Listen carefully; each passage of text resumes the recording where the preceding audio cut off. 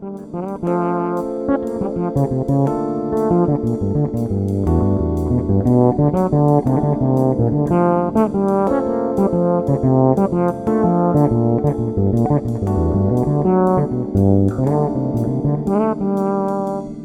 my part 1 video, I looked at a 1-6-2-5 progression, which is a really common jazz chord progression.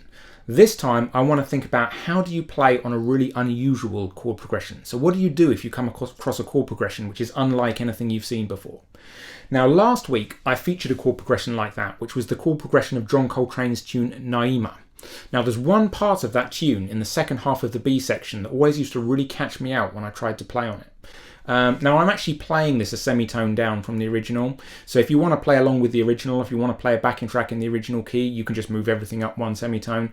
So anyway, the part in this tune that used to catch me out is when it went to this chord, which I think of as being D flat major 7 over A. In the original, you'd think D major 7 over B flat. What I did is I went away and listened to some recordings of John Coltrane, and I wasn't transcribing his lines, I was just trying to kind of pick out with my ear notes that he seemed to be featuring. And what I did is I came up with this little sequence of notes at that point.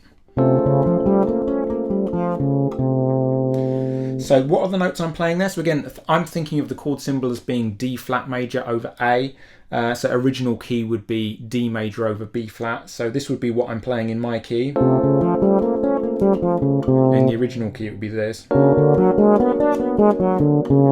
So in my key I'm thinking of the notes C natural, D flat, F natural, G natural, and then B flat.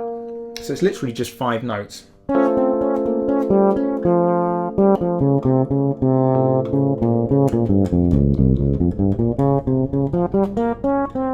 And I literally just got to that little kind of cluster of 5 notes by just, as I say, listening to Coltrane playing at that point and just trying to pick out notes that I was hearing him playing that just sounded like the right notes that fitted in at that point. So the chord that comes after the D flat major over A, I would think of as being B flat major over A, or in the original key, B major over B flat. And so at that point I would just play a major 7 arpeggio, B flat major 7 arpeggio. I'll throw in the 6th as well, so I'll throw in a G. So I have this. On the next chord, which is G major over A, so G major 7 arpeggio with the 6th E as well. So you'd have your G major 7.